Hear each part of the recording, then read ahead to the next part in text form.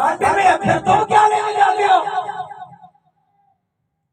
بھائی کیا کریں گے وہاں کیا کریں گے؟ وہاں میاں محمد بخش کا شعر سنائیں گے تو بات نہیں، مسئلہ حل نہیں ہوگا، محبت کا اظہار ہو جائے گا، مسئلہ حل نہیں ہوگا۔ جب مسئلہ حل کرنا ہے تو مزید قرآن پاک پڑھنا پڑے گا۔ جب کوئی کہے جی قرآن یہ بتاتا ہے ان الانسان لفی خسر، انسان گھاٹے اور خسارے میں ہے، انسانوں میں انسان بابا فرید الدین بھی ہے، انسانوں میں انسان داتا علی حجویری بھی ہے، انسانوں میں انسان امیر المجاہدین علامہ خالد حسین رضوی بھی ہے، انسانوں میں انسان خواجہ معین الدین چشتی اجمیری بھی ہے، انسانوں میں انسان غوث جلیل بھی ہے، مولا علی بھی ہے۔ سبحان اللہ، مالک کریم نے فرمایا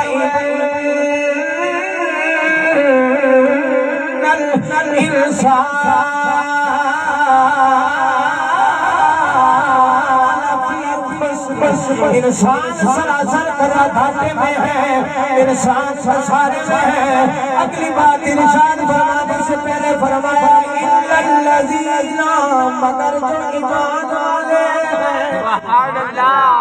اگلی بات ارشاد فرمانے سے پہلے مالک کریم نے فرمایا اللہ کا معنی ہوتا ہے مگر، فرمایا انسان کسارے میں ہے، وہ انسان کسارے میں ہے جو مجھے وحدہ لا شریک نہیں مانتا، میرے مصطفیٰ کی ختم نبوت کو نہیں مانتا، چاہے اس کے پاس بڑا پروجیکٹ ہو، چاہے اس کے پاس دولت کے انبار لگے ہوئے ہوں، چاہے ساری دنیا کے لوگ اس کی غلامی میں زندگی گزار رہے ہوں، وہ اپنے آپ کو سپر پاور بھی کہتا ہو، لیکن اللہ کو وحدہ لا شریک نہیں مانتا، تو مالک فرماتے ہیں وہ سراسر گھاٹے اور خسارے میں ہے۔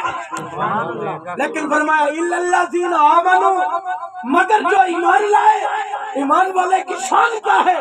ایمان والا چھوٹا سا بچہ ہے 7 سال کا، جوتا بھی ٹوٹا ہوا ہے، کپڑے بھی پھٹے پرانے ہیں، لیکن مصطفیٰ کریم نے فرمایا جب میری امت کا چھوٹا سا بچہ دین کی اشاعت کے لیے، دین کو سیکھنے کے لیے گھر سے نکلتا ہے، ابھی دین سیکھا نہیں ہے، گھر سے نکلتا ہے، تو مالک کریم فرماتے ہیں فرشتوں جاؤ نا، یہ میرے محبوب سے محبت کرنے والا ہے، میرے محبوب کا علم سیکھنے کے لیے جا رہا ہے، جاؤ نا اپنے پروں کو اس کے پیروں کے نیچے بچھا دو۔ سبحان اللہ، سبحان اللہ۔ ادھر بڑی بڑی فیکٹریاں، بڑے بڑے پروجیکٹ، بڑی بڑی پاوریں، ان کو مالک فرماتا ہے تم تو گھاٹے اور خسارے میں ہو، کیونکہ تم ایمان نہیں لائے نا، تو شان تو ایمان والے کی ہے۔ مالک فرماتے ہیں اِلَّا الَّذِينَ آمَنُوا، جو ایمان لائے، ایمان لانے کے بعد ایمان والے کے لیے ضروری ہے وَعَمِلُوا الصَّالِحَاتِ،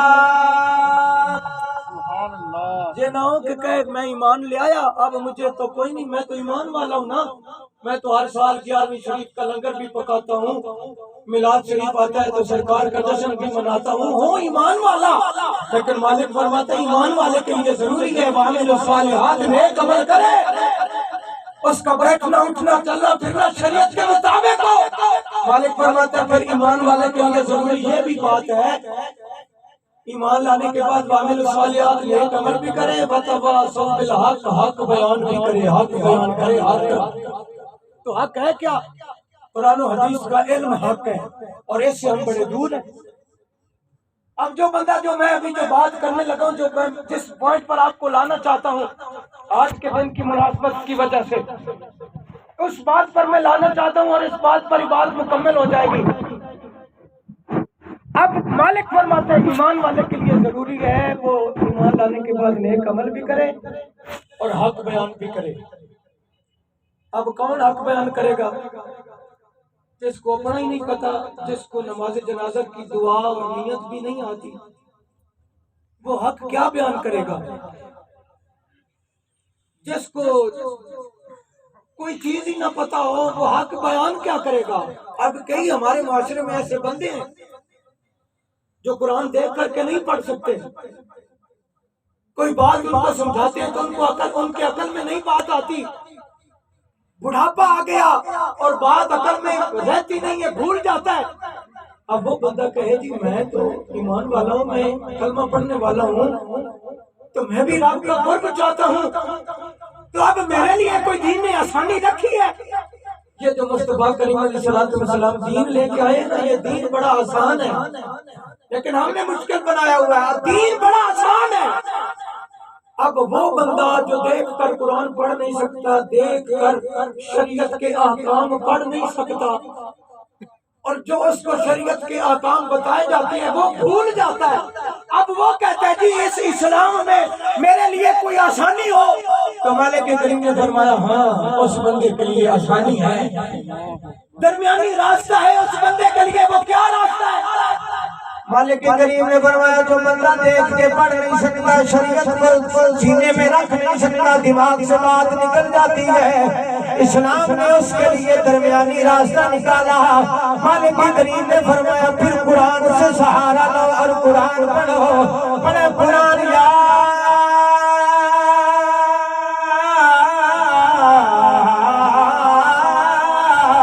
ایھا الذین آمنوا اتقوا اللہ وَكُونُوا مَعَ الصَّادِقِينَ۔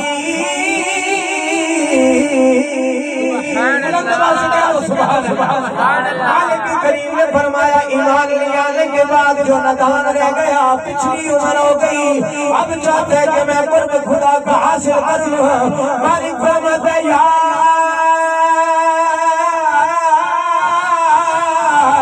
ایھا الذین آمنوا اتقوا اللہ، اے ایمان والوں اللہ سے ڈر جاؤ، اللہ سے ڈرنے کے بعد وَكُونُوا مَعَ الصَّادِقِينَ۔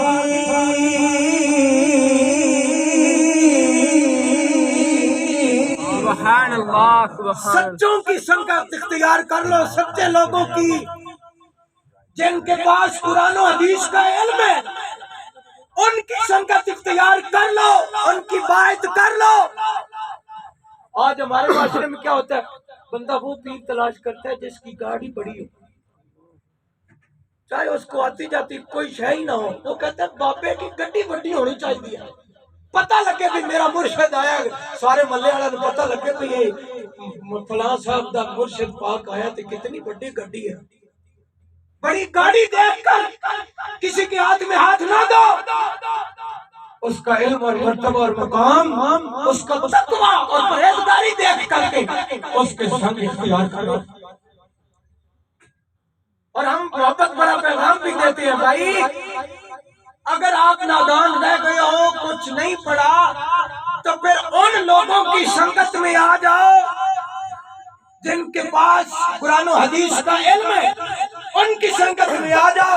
مصطفیٰ کریم علیہ السلام نے فرمایا کہ جب سارے لوگ آئیں گے نا، نمازی بھی آئے گا، جب قیامت والے دن حساب و کتاب ہو جائے گا، نمازیوں کے لیے دروازہ کھل جائے گا، جاؤ جی جنت میں، روزے دار آئے گا، دروازہ کھل جائے گا، جاؤ جنت میں، صدقہ کرنے والے آئے گا، دروازہ کھل جائے گا، جاؤ جی جنت میں، تم نے بڑا صدقہ کیا ہے۔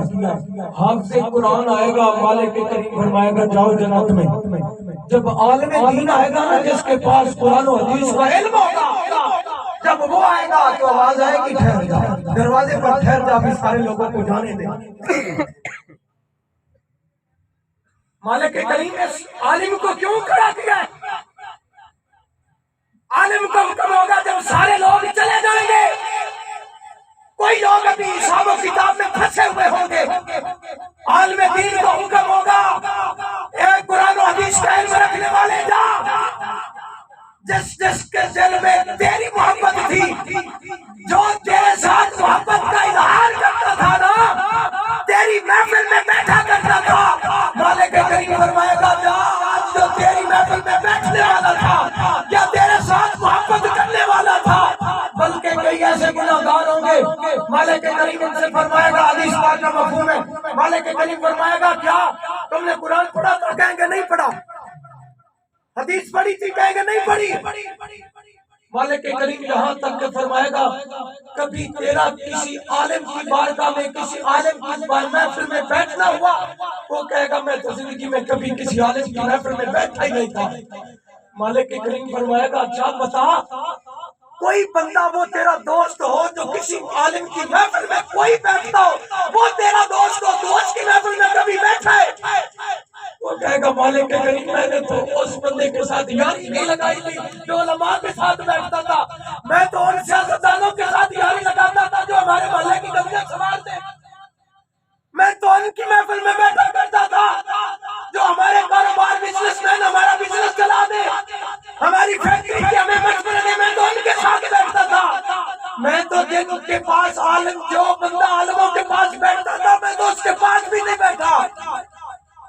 مالک کریم فرمائے گا اچھا پھر یہ بتا کبھی کوئی عالم تیرے سامنے سے گزرا ہو اور تجھے پتا ہو کہ یہ قرآن و حدیث کا عالم ہے، کبھی تیری نظر بھی اس پر پڑی ہو تو وہ بندہ کہے گا ہاں مالک کریم ایک دن میں نے دیکھا تھا ہمارے محلے میں سے ایک عالم دین گزر رہا تھا، میں نے محبت سے دیکھا تو نہیں تھا لیکن اچانک میری اس پر نظر پڑی تھی اور میں نے نظریں جھکا لی تھی کہ میں تو کبھی نماز میں نہیں گیا، یہ عالم یہ مولوی یہ عالم قرآن و حدیث کا علم رکھنے والا کبھی مجھے ڈانٹ نہ دے، یا پروردگار عالم میری ایک دفعہ اس پر نظر ضرور پڑی تھی۔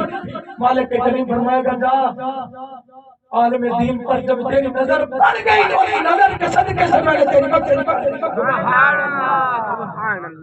اس لیے مالک کریم فرما رہے وَكُونُوا مَعَ الصَّادِقِينَ، سچوں کی سنگت اختیار کر لو، اگر اپنے اعمال تنگ بھی ہوں گے تو اللہ اور سچوں کے صدقے سے اللہ ہمیں جنت عطا فرما دے گا۔ اس لیے محبت کے ساتھ پیغام دیتے ہیں چنگیاں چنگیاں لا لا جانیاں، قرآن پاک کا بھی یہی فیصلہ یا ایھا الذین آمنوا استعینوا بالصبر والصلاۃ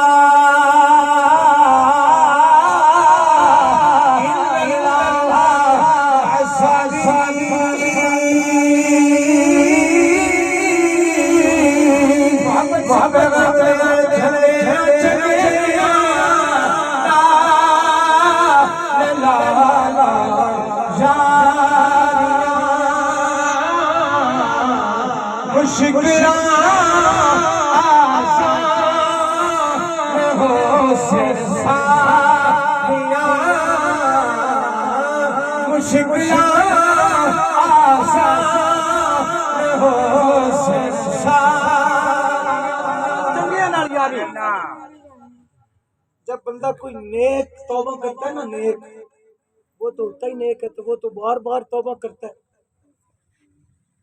کبھی کوئی سب سے گندا بندہ جس نے کبھی کوئی نیکی کی نہ ہو جب وہ توبہ کے ارادہ کر لیتا ہے، ایک بہت بڑا ڈاکو تھا اور جب اس کی داڑھی کے سفید بال ہو گئے نا تو کسی عالم سے اس نے سنا کہ اللہ سفید بالوں جو بال ہوتے ہیں نا ان کا بڑا حیا کرتا ہے۔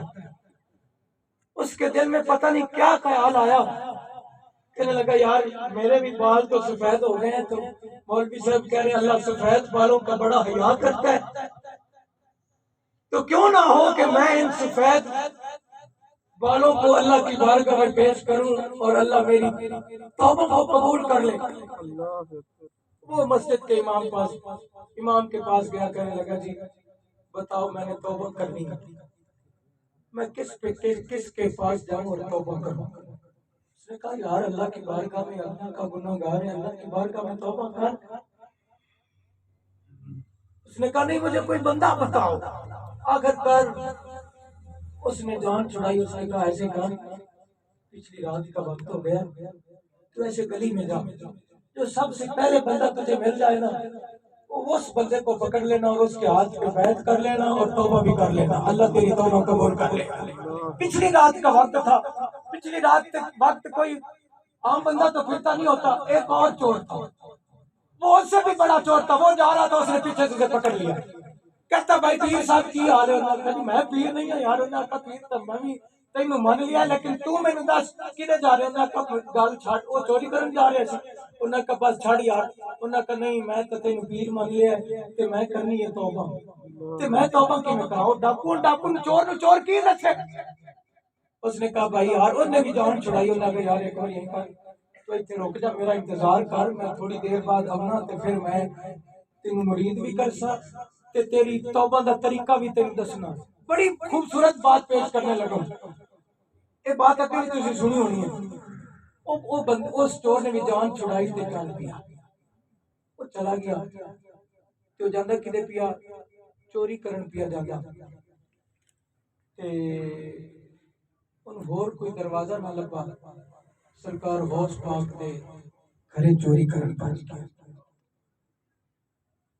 جدو چوری کر لی تے آپ نماز نوافل پڑھ رہے تھے، جدو آپ نے سلام پھیرا چور ایسے انہوں پتہ لگا کہ سرکار غوث پاک نے تھا سلام پھیر دیتا تو سب پیسے انہیں وچ لپٹی گیا۔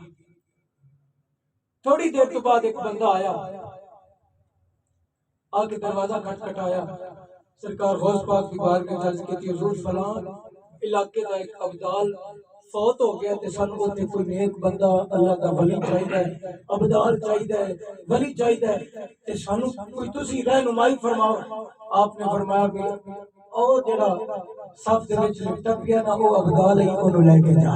سبحان اللہ، اونچی آپ سبحان اللہ۔ سبحان اللہ۔ اے گل پتہ ہے کیوں ہوئی بنی؟ اے چور کدھر اور بھی جا سکتا سی، لیکن جب سب سے بڑے گناہگار نے نیکی کا ارادہ کر لیا، اللہ پھر سبب دیکھو کیسے بناتا ہے۔ یہ نہ سمجھنا کہ ہم بڑے گناہگار ہیں پتہ نہیں رب قبول کرتا ہے کہ نہیں۔ جب بڑا گناہگار نیکی کے ارادے پر توبہ کے ارادے پر آ جائے اللہ پھر ایسے سبب بناتا ہے۔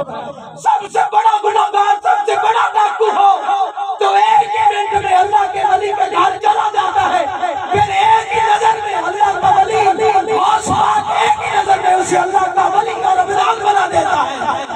اور وہ کہنے لگا نہیں نہیں حضور میں تو چور ہوں، پر میں پہلے چور تھا اب نہیں ہے، اب نہیں ہے، اب ہماری نظر میں آ گیا ہے، اب ہماری سنگت میں آ گئے، ہم ہماری معیت میں آ گئے، اب تو چور نہیں رہا، اب تو ابدال بن گیا۔ سبحان اللہ۔ وہی ابدال اس بندے کے ساتھ ہی، اور وہ بندہ کئی دن گزر گئے، وہ جو چور تھا نا جو توبہ کرنے آیا تھا جس نے اس کو بھیجا تھا، اور کئی دن گزر گئے، جس جگہ پر کھڑا تھا اسی جگہ پر ہی کھڑا تھا، اور لوگوں کا ہجوم تھا۔ جب وہ ابدال آیا، چور تھا لیکن ابدال بنا ہوا ہے، آگے پیچھے مریدین ہے، آگے چل رہا ہے، اس نے کہا بھئی یہاں بندے کھڑے ہیں کیا مسئلہ ہے؟ انہوں نے کہا جی ایک بندہ ہے کوئی کافی دنوں سے یہاں پھرتا ہے اور کھڑا ہے یہاں، آتا جاتا کچھ کہیں جاتا ہی نہیں، کہتا ہے میرا پیر آنے والا ہے تو میرے پیر دیہات سے میں توبہ کرنی ہے۔ ایک بار کہہ رہا ہوں کہ سبحان اللہ۔ جو بندہ اپنی نیکی کو چھپا لیتا ہے پھر وقت اپنی جب وہ توبہ کا ارادہ کر لیتا ہے نا، توبہ کا ارادہ کر لیتا ہے پھر اللہ ایسے سبب بناتا ہے۔ اس نے توبہ کا ارادہ کیا ایک چور نے، اور دوسرے چور کے ہاتھ میں اس نے ہاتھ دینا چاہا لیکن اس نے ہاتھ چھڑایا تو مالک نے کیسا سبب بنایا؟ ایک کو ابدال بنایا، ایک کو اللہ کا ولی بنایا۔ سبحان اللہ۔ راتی زاری او کر کر رو دے نیند اکھاں تھی دے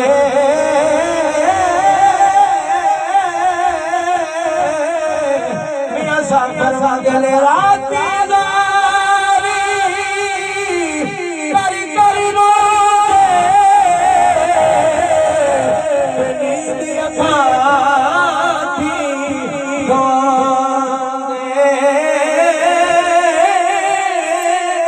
اور فجری گناہگار صدا سب جھیلی میں ہو گئے۔ سبحان اللہ، سبحان اس نے اللہ۔ کہا لو جی، جب وہ دوسرا چور آیا نا، چور کے پاس اب ابدال بنا ہوا ہے، جب اس نے اپنے مرشد کو دیکھا جس کو دل سے مرشد مان لیا تھا، کہنے لگا حضور مرشد پاک میں نے تو آپ کے ہاتھ پہ بیعت کر لی ہے، میں نے تو آپ کا مرید ہونا ہے اور مجھے توبہ کا طریقہ بتاؤ۔ بھاگ پڑا، قدموں کو چھوا، بوسہ دیا، محبت کے ساتھ سلام پیش کیا، تو اس ابدال نے آ کے کہا تو یہاں کھڑا رہا ہے تو کیا عمل کرتا رہا ہے؟ کہنے لگا میں رو رو کے تھا تو گناہگار، لیکن رو رو کے میں تیرے حق میں دعائیں کرتا تھا، اپنے لیے دعا نہیں کی، میں رو رو کے بڑا گناہگار تھا، میں رو رو کے تیرے لیے دعائیں کرتا تھا کہ اللہ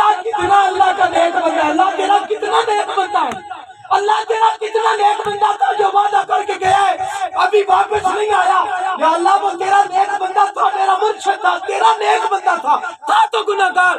گناہگار جب گناہگار کے لیے بخشش کی دعا کرتا ہے یا اس کے نیک ہونے کی دعا کر دیتا ہے۔ آج لوگ کہتے ہیں جب تک میں بڑے پیر کے پاس جا کے دعا نہیں کرواؤں گا نا تو دعا کیسے قبول ہوگی؟ بھائی سب سے بڑا ماں باپ تیرا پیر ہے، ان سے کبھی دعا کروائی ہے؟ وہ برتن جو سالوں سال پیٹی میں پڑے رہتے ہیں، الماری میں پڑے رہتے ہیں، کبھی اس میں باپ کو کھانا نہیں کھلایا، ماں کو کھانا نہیں کھلایا، لیکن سال کے بعد جب پیر صاحب آتے ہیں وہ برتن کبھی کسی نے جو دیکھے ہی نہیں ہوں گے وہ نکال کے پیر صاحب کے آگے رکھتا ہے۔ کبھی وہی برتنوں میں کبھی ماحول بنا کے دعوت بنا کے اپنی ماں کو بلاتا، ماں آج میں نے تیری دعوت کی ہے، دیکھ میں نے نئے برتن تیرے لیے نکالے۔ تو تیری ماں تیرے حق میں رو کے دعا سے کرتی۔ مصطفیٰ کریم نے فرمایا اگر انبیاء کے بعد اگر کسی کی دعا رب فوراً قبول کرتا ہے تو وہ دعا ماں کی ہے۔ ہم پتہ نہیں کس ماحول میں جا گرے، پتہ نہیں ہمارا اب کیا، ہم کس سائڈ پہ چل پڑے ہیں۔ جب گناہگار دعا کرتا ہے نا کسی بندے کی بخشش کی یا کسی بندے کے نیک ہونے کی، اللہ اس کی دعا کے صدقے سے اللہ اس کو فوراً 1 منٹ سے پہلے ابدال بنا دیتا ہے۔ سبحان اللہ، سبحان اللہ۔ عزیزان گرامی، سرکار غوث پاک رضی اللہ تعالیٰ عنہ رحمت اللہ تعالیٰ علیہ، آپ نے ساری زندگی جھوٹ نہیں بولا۔ پتہ ہے نا آپ کو وہ مقصد بات مکمل ہو گئی۔ آپ نے کبھی نماز نہیں چھوڑی، آپ نے کبھی کسی کا حق غصب نہیں کیا، کبھی وعدہ خلافی نہیں کی۔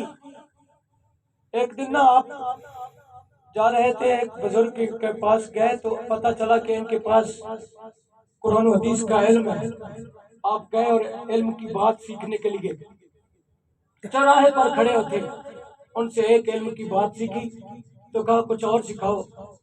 انہوں نے فرمایا بھئی کچھ دن انتظار کرو، پھر میں آؤں گا اور پھر دوسری دن پھر میں تجھے کوئی نیکی کی بات اور دین کی بات بتاؤں گا۔ 1 سال گزر گیا، 1 سال تک سرکار غوث پاک نے اس کی آمد کا انتظار کیا، 1 سال۔ دوسرے 1 سال کے بعد جب وہ اللہ کے بندے آئے، ایک نیکی کی بات پھر سنی تو آپ نے فرمایا عرض کی حضور کچھ اور بھی سناؤ، تو فرمایا ابھی انتظار کرو، پھر آؤں گا تو پھر بتاؤں گا۔ 1 سال پھر گزر گیا۔ ایسے ہی ایک نیکی کی بات سیکھنے کے لیے، علم کی ایک بات سیکھنے کے لیے حضور غوث پاک نے 3 سال تک انتظار کیا۔ اور جب وہ کون تھے؟ وہ حضرت خضر علیہ السلام تھے، جن کے پاس دین کا علم تھا اور ان سے حضور غوث پاک سیکھتے تھے۔ تو کہا غوث پاک اللہ نے تیرے اوپر بڑا کرم کیا ہے، یہ تیری کرامت ہے، یہ تیری شان ہے۔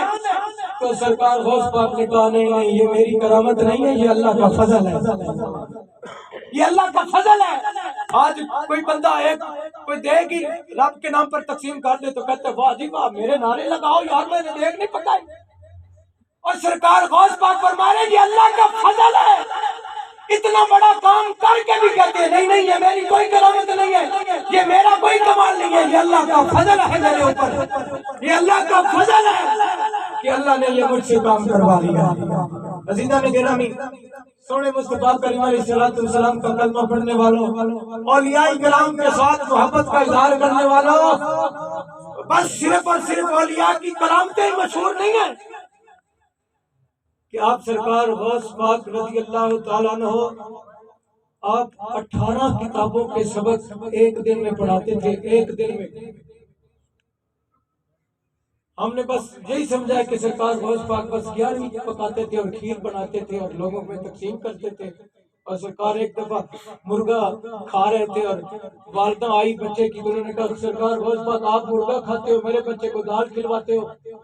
تو آپ نے پھونک ماری اور وہ مردہ جو زندہ ہو کے چل پڑا۔ ہم نے یہی باتیں بس سنی، نعرہ تکبیر، نعرہ